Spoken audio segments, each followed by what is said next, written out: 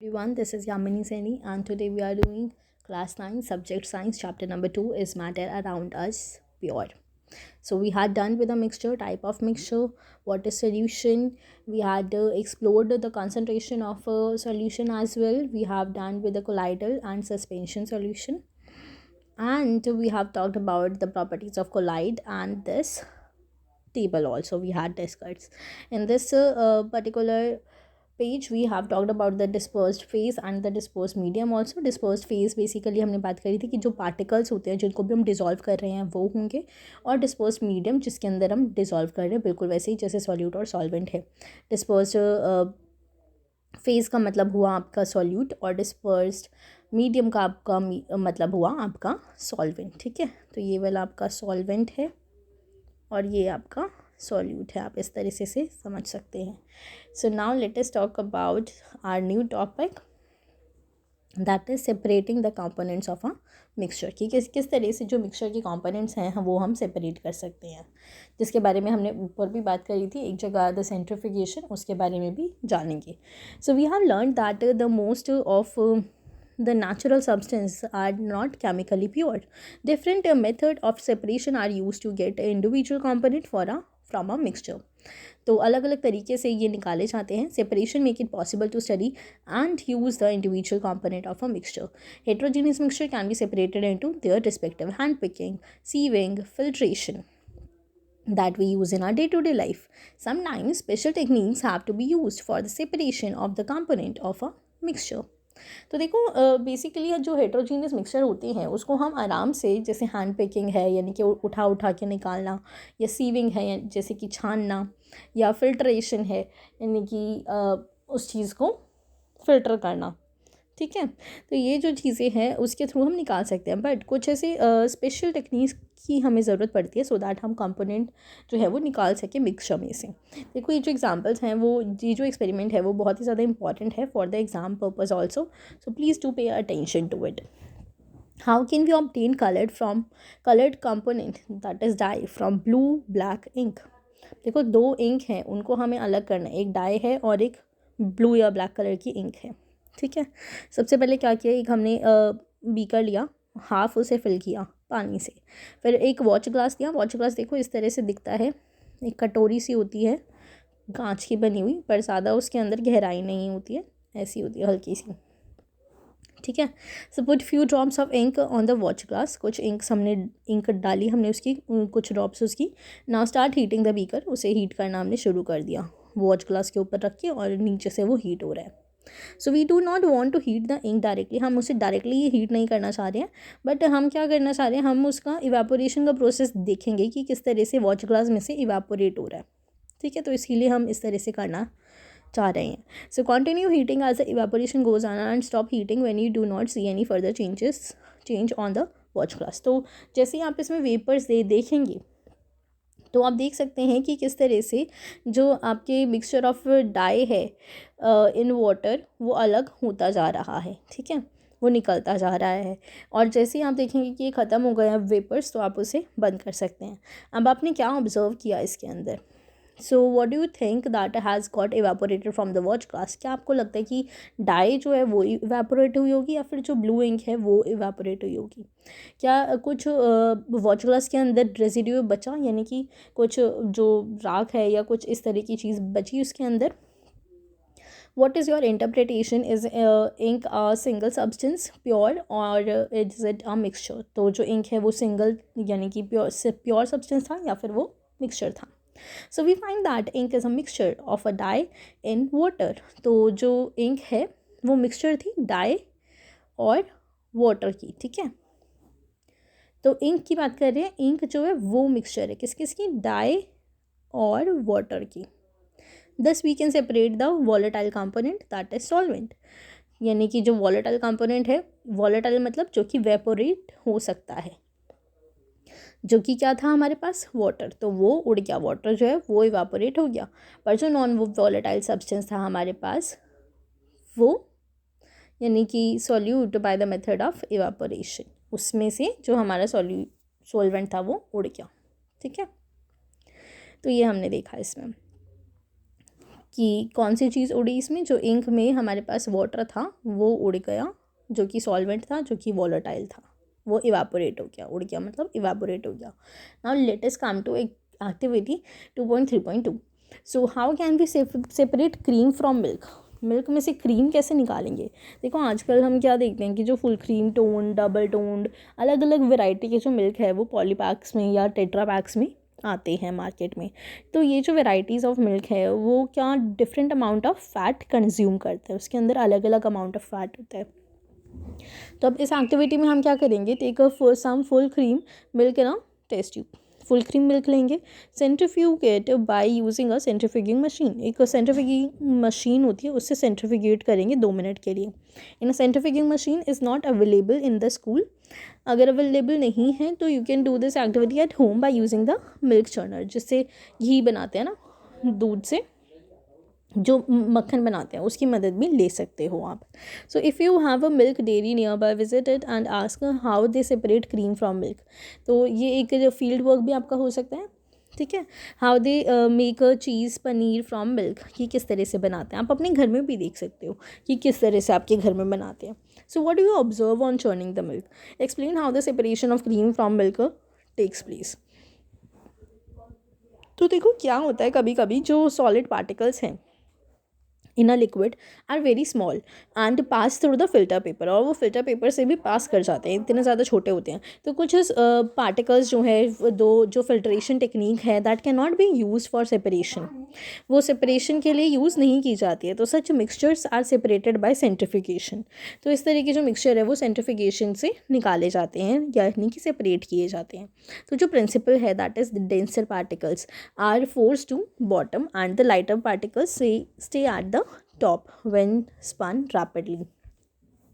तो जो lighter particles हैं वो ऊपर की तरफ रहते हैं, और जो हैवी पार्टिकल्स होते हैं यानी कि डेंसर जो पार्टिकल्स होते हैं वो नीचे की तरफ बैठ जाते हैं। तो ये जो एप्लीकेशन है वो इस तरह से काम करती है। इस एक्सपेरिमेंट में हमने जाना कि किस तरह से जो मिल्क है वो जो क्रीम है उससे अलग होता है। तो इसकी इसी तरह की और भी एप्लीकेशंस है, जैसे कि use in diagnostic laboratories for blood and urine test, या use in dairies and home to separate butter from cream, या use in washing machine to squeeze out water from wet clothes.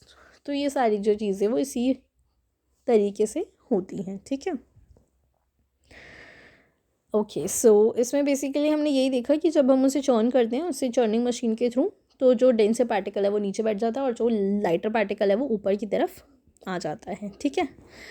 तो अब हम बात करते हैं नेक्स्ट की, that is how can we separate a mixture of two immiscible liquid.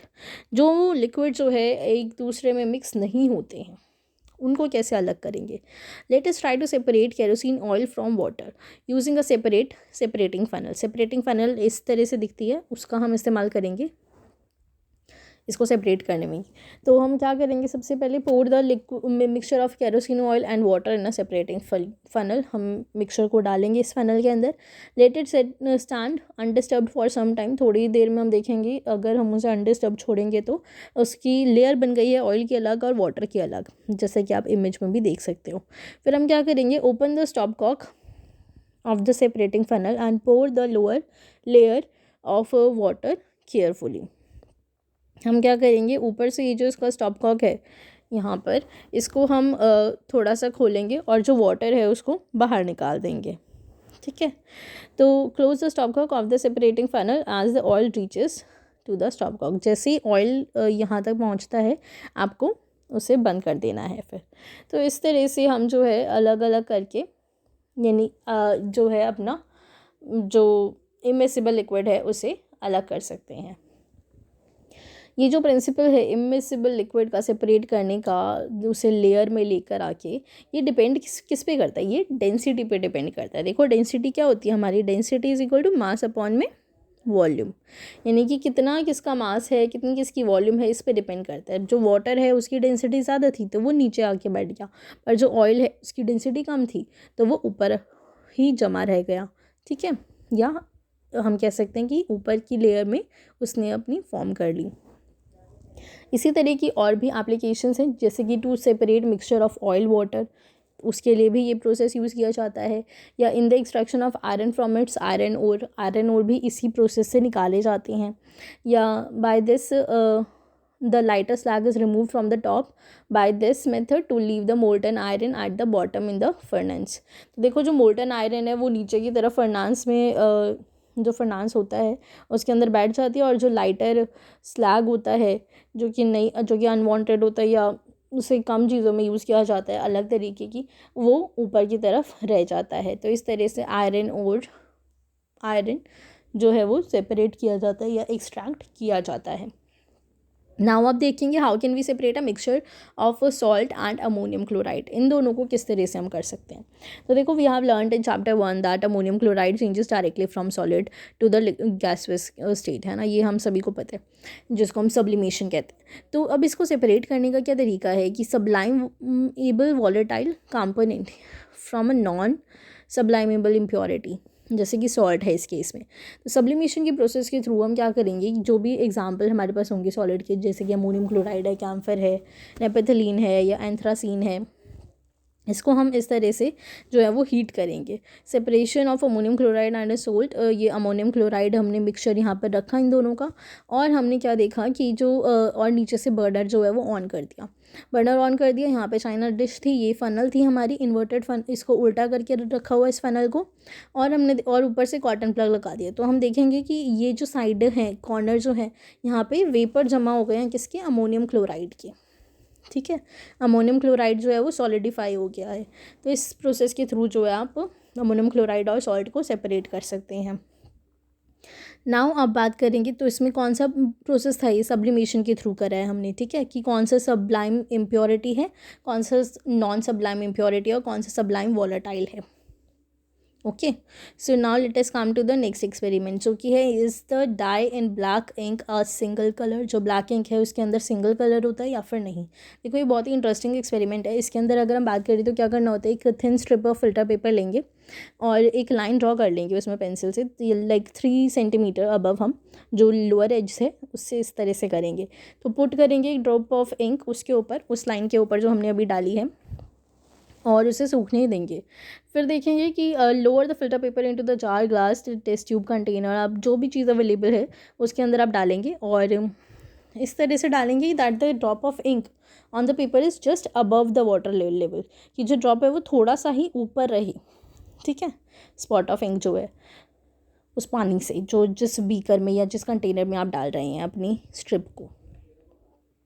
फिर क्या देखेंगे, और थोड़ी देर के लिए उसे हम अनडिस्टर्ब छोड़ देंगे। तो हम देखेंगे कि जो वाटर का लेवल है वो थोड़ा थोड़ा ऊपर चढ़ रहा है फिल्टर पेपर में। फिर हम उसकी रिकॉर्डिंग जो है वो ऑब्जर्व करेंगे। तो हम क्या ऑब्जर्व करते हैं कि जो फिल्टर पेपर है उस पर जो वाटर है वो राइज करेगा। हाँ बिल्कुल करेगा। जो do you obtain different colours on the filter paper strip, क्या हम उस पर अलग अलग तरीके के कलर देखते हैं। तो according to you can be the reason of the what can be the reason for the colored spot on the paper strip? So the ink that we use has water as the solvent. तो जो ink हमने use करी that we use has water as a solvent and the dye is soluble in it. तो जो dye है वो उसके अंदर soluble हो गई थी, है ना। तो as the water rises on the filter paper it takes along with the dye particles. Using a dye is a mixture of 2 or more colors. तो यूजुअली जो डाई है वो मिक्सचर तो होता ही है दो या दो से ज़्यादा कलर का, और जो उसके कंपोनेंट्स हैं वो सॉल्युबल होते हैं वाटर के अंदर। तभी तो जो वाटर लेवल है वो राइज कर गया fast and in this way the colours get separated, और इस तरह से जो कलर है वो अलग अलग सेपरेट हो जाते हैं। ये जो प्रोसेस है इसके थ्रू हम देखते हैं कि किस तरह से जो सेपरेशन है वो किया जाता है। इस प्रोसेस का नाम होता है क्रोमेटोग्राफी। ठीक है, इस प्रोसेस का नाम क्या है, क्रोमेटोग्राफी। क्रोमा जो है वो एक ग्रीक वर्ड है जिसका मतलब होता है कलर, और ये जो टेक्निक है वो यूज़ की गई थी सेपरेशन के लिए ऑफ कलर्स की, और तभी इसका नाम जो है वो क्रोमेटोग्राफी रखा गया। ये एक ऐसी टेक्निक है जिससे सेपरेट किए जाते हैं कोई भी दो सॉल्यूट जो कि डिजॉल्व हो चुके होते हैं in the same solvent. So with the advancement in technology, newer techniques of chromatography have been developed, which you will learn about or study about in higher classes.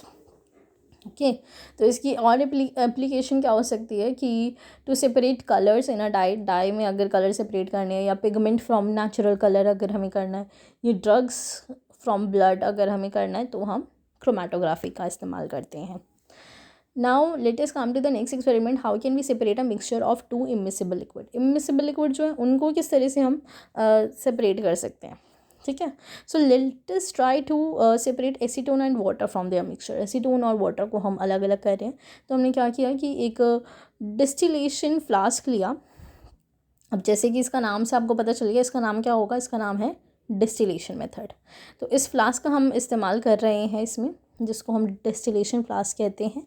इसके ऊपर हमने थर्मामीटर जो है वो लगा दिया है इस तरीके से, और हमने अरेंज किया है इसे को इस पिक्चर में जिस तरह से दिख रहा है. हमने हीट किया फिर the mixture slowly keeping a close watch at the thermometer and the acetone vaporises. जैसा हमने ऊपर वाले में देखा था कि किस तरह से जो अमोनियम थे, अमोनियम क्लोराइड, उसके वेपर्स फॉर्म हो जाते हैं, उसी तरह से हम देखेंगे कि इसके अंदर भी जो वेपर्स हैं वो फॉर्म होने शुरू हो जाएंगे. जो एसीटोन के वेपर्स हैं वो वेपराइज हो जाएगा और वो कंडेंस हो जाएगा in the condenser that can be collected from the condenser outlet. इस कंडेंसर आउटलेट से फिर वो कलेक्ट हो जाएगा नीचे की तरफ. ठीक है. उस एक्सपेरिमेंट में हमने देखा था वो सॉलिडिफाई हो रहे थे, सॉलिड बन रहा था, और उसके जो कॉर्नर्स है वहाँ पे वो चिपक रहे थे. राइट. बट इसमें ऐसा नहीं होगा. इसमें जो है वो ड्रॉप बाय ड्रॉप इसके अंदर निकलता जाएगा अलग होके. Okay. So water is left behind in the distillation flask. इसके अंदर सिर्फ वाटर बच जाएगा, एसीटोन सारा बाहर निकल जाएगा with the help of this distillation flask. ठीक है. So this is it. So how do you observe as you start heating the temperature. जब धीरे धीरे हम करते हैं तो क्या होगा, और किस तरह से जो बॉइलिंग पॉइंट है या जो दो कंपोनेंट है वो किस तरह से सेपरेट किए, या क्यों अगर हम सेपरेट करें, या इससे मेथड से जो है हमें देखो दोनों चीज़ें आसानी से मिल गई हैं, वाटर भी और एसीटोन भी. तो अलग अलग टेम्परेचर को कांस्टेंट रखना भी इसमें ज़रूरी होता है. So it is use for the separation of component of a mixture containing two miscible liquid that boil without decomposition and have sufficient differences in their boiling point. अगर मैं आपसे पूछूँ कि इस एक्सपेरिमेंट में क्या ध्यान रखने वाली चीज़ है, तो इसमें ये कि जो भी टू मिसिबल लिक्विड है उनका जो बॉयल है दैट बॉयल विदाउट डिकम्पोजिशन. जब वो बॉयल किए जा रहे हैं तो वो डिकम्पोजिशन ना हो उसके अंदर, यानी कि कुछ जो मटेरियल है वो कहीं डिकम्पोज हो जाए, ऐसा ना हो. ठीक है. और जो डिफरेंस है उनके बॉइलिंग पॉइंट के वो भी ना हो, वरना इससे दिक्कत हो सकती है.